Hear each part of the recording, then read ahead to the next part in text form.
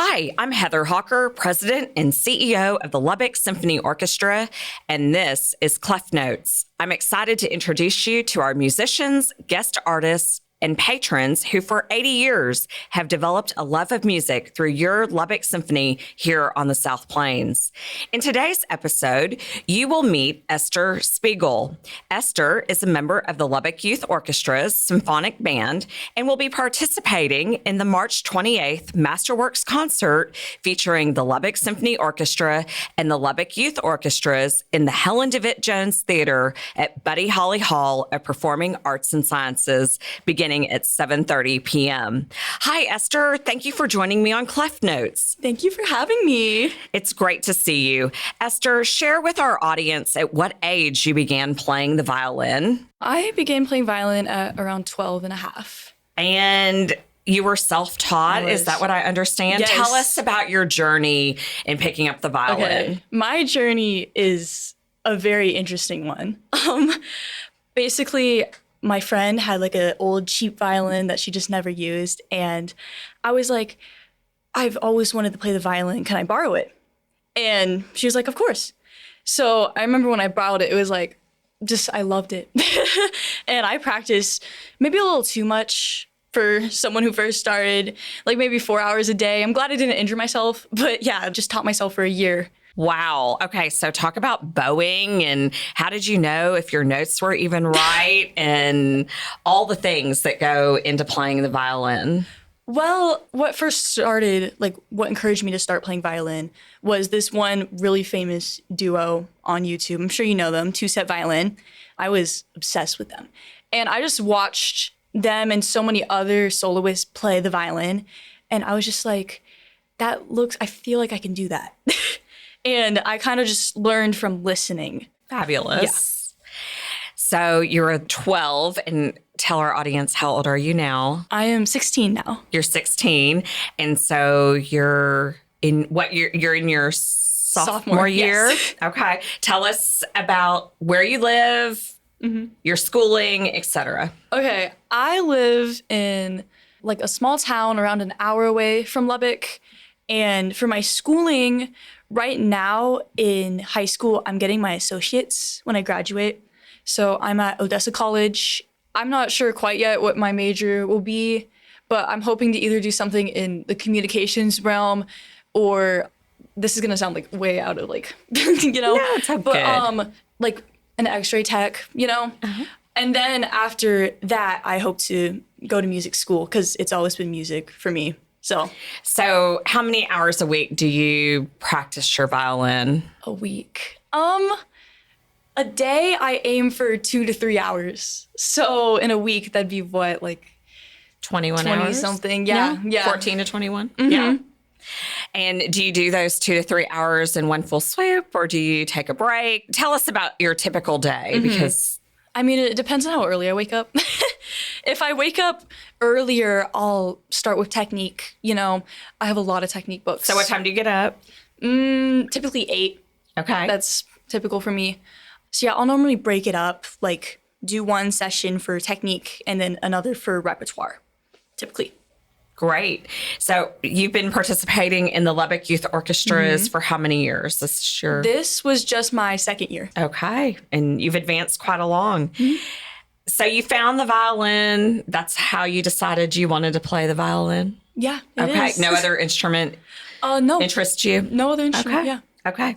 So you're now taking private lessons twice a week here in Lubbock with Dr. Gilbert. Yes. How has this advanced your skills and knowledge of the violin? Dr. Gilbert is the best teacher I've had so far. Okay, first of all, technically, I've advanced so much in the last 6 months that I've been taking lessons from him. Like, I sound like a completely different player. Actually, for my LYO audition, I was told by one of the panel members I sounded like him. And I was like, wow. But not only technical-wise, but also my mental state. He's my biggest cheerleader, like my biggest fan. And that's just encouraged me to dream big and pursue future goals and just be confident that I can make it. I believe you can make it. I'm super excited that you're going to be playing with the Lubbock Symphony Orchestra. So talk a little bit about our Lubbock Youth Orchestras and what that looks like. If you were selling, you should become a member of the Lubbock Youth Orchestras. Here's your time commitment, and here's what you get out of it. So talk about that. Well, okay, for me, time commitment looks a lot different than the typical LYO student because I live so far away. I drive around an hour up to Lubbock and an hour back. Starts at 4, and then it starts at 2, ends at 4. So 2 hours every week. You just get together with a group of musicians. And personally, LYO was my first experience playing in an official orchestra setting.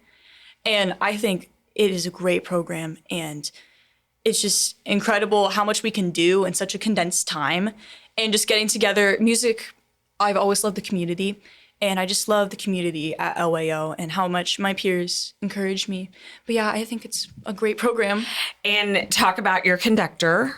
Anaya. Huh? Love Anaya. He's a great conductor, very understanding. Mr. Anaya. Yes. Yes. Yeah, he's just a great conductor. And Alejos Anaya is the orchestra director at Lubbock High School. So add that in. And then also plays with the Lubbock Symphony Orchestra too. So you see him wearing many different hats.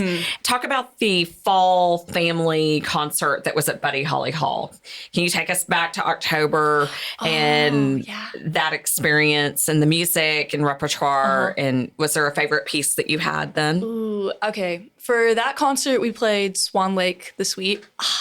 My favorite movement was the dance of the Cygnus. I don't even know what it's called, but I love that. That concert, it was just such a joy to be able to perform at Buddy Holly. It was incredible. Yeah, it was a great concert, great repertoire. Yeah, great audience. Yes, great audience, always. Lots of families, lots of friends that got to enjoy that. And then this spring, you rehearsed on Sundays from 2 to 4 at Coronado High School. Yes. So talk about the spring and how that went. And you just had your concert earlier in the month on March 1st. Yeah. So, it was great.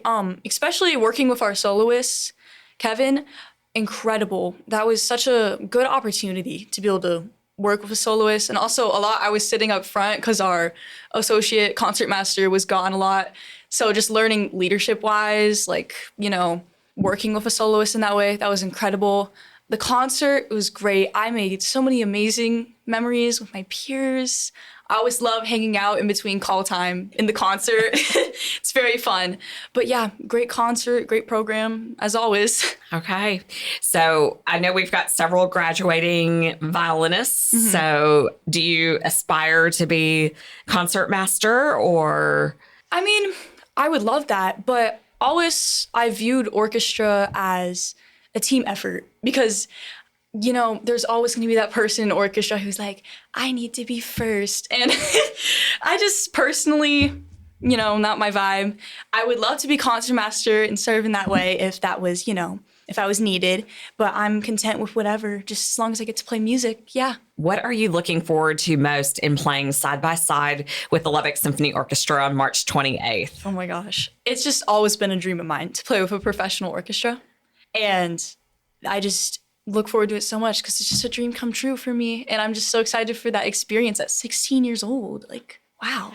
Well, and I'm hoping this is certainly something we'll continue to do every season with our youth orchestras. Yeah. What do you do off the stage that provides inspiration on the stage? This is going to sound kind of cliche, but mostly just being myself because I always just have felt like I haven't been able to fully express myself with words and just my personality and who I am. But through my music, I'm able to express that and tell who I am in a way that I never could with words. And all of my inspiration for who I am on stage as a performer comes from within. Yeah. What is your most memorable concert experience in the last couple of years? It was my first ever concert, and it was actually not the concert itself, but after the concert, I had a really great group of friends. Most of them have graduated, sadly. I had a really great group of friends, and we all went to Raising Cane's after. And it was just really fun. Nothing like some good chicken tenders after a concert. Do you keep up with those that have graduated ahead of you, and do you see them at all? I mean, did they stay here in Lubbock and go to Texas Tech, or? Some of them, yeah. Some of them I keep up with. Some of them kind of lost touch with, just how it is. Yeah. So I have to share with the audience, you cannot see Esther, but she is proudly wearing a Juilliard sweatshirt. So you visited Juilliard? I did, yes. Okay. Tell us about your experience there. I went to watch a chamber performance with the honors musicians, and it was incredible. And not only do I just love Juilliard, but I also love New York and the musicians there. I would love to go to Juilliard for my master's one day. I think undergraduates is a little, unrealistic, but I would love to go there someday. Yeah. Well, I have to share with the audience the concert before the concert for the March 28th Masterworks 4 will be Eli Coleman, who I was sharing with Esther earlier, is a graduate of Juilliard in the theater department, but he also plays guitar.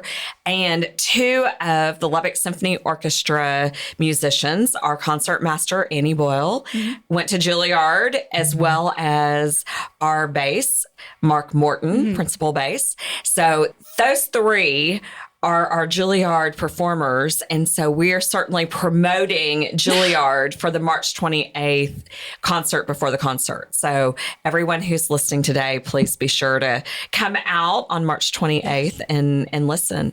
Okay, Esther, tell me, who's your favorite composer? I mean, that's a very hard question. But it's hard for me too. Yes. One of the most notable, though, in my opinion, has always been Shostakovich. I just enjoy his music so much, but not only that, but just like the story behind it, just persecution. Like he would literally sleep in his, like under his stairwell at night because he was scared of being arrested and didn't want to wake his family. Like I just enjoy hearing that, his story in his music. Yeah. So for our listeners, for the 26-27 season, we might be playing a Shostakovich Piece. Hopefully. So we will. I can pretty much guarantee. So what's next, Esther? What's on your agenda for plans. the junior and senior year? Talk to me what long-term goals look like for you in the next 10 years. Yeah. For the rest of my high school, like for music-wise, I really just want to do more competitions, more summer programs, stuff like that. Stuff that looks good on your resume. Continue studying under Dr. Gilbert, continue improving. And then music school, it's always been music or nothing for me personally. I want to apply to a bunch of music schools, Colburn, Rice, Peabody, schools like that. And then see what happens from there, get my master's. And then I would love to play, professional orchestra, maybe even be a soloist on some smaller stages. That would be really cool. Just wherever it takes me. Okay? What do you have planned for summer 2026? Summer 2026. As far as music-wise, just lots of practicing. Every year I attend Texas Tech Band and Orchestra Camp. I love it. It's a great program, especially for string players. That was actually my very first time playing in an orchestra, and it kicked my butt. But I'm very excited for that. So yeah. Well, and now you know what to expect. So Yeah. I can't wait to follow your career and where you will be, and come join us at the Lubbock Symphony anytime. So thank you for joining me today. I was so glad to get to visit with you, learn more about you, and we need to watch for Esther Spiegel. You never know where she might end up. So thanks again for joining me. Thank you. A special thank you to our audience for listening to Classical 105.7 on behalf of your Lubbock Symphony and our Lubbock Youth Orchestras. I do want to remind our listeners to make plans to join us for Masterworks 4, Echoes of the New World, featuring a side-by-side of our Lubbock Symphony Orchestra and the Lubbock Youth Orchestra. Our presenting sponsor for this concert is Texas Tech University on Saturday, March 28th at 7:30 p.m. at the Buddy Holly Hall of Performing Arts and Sciences.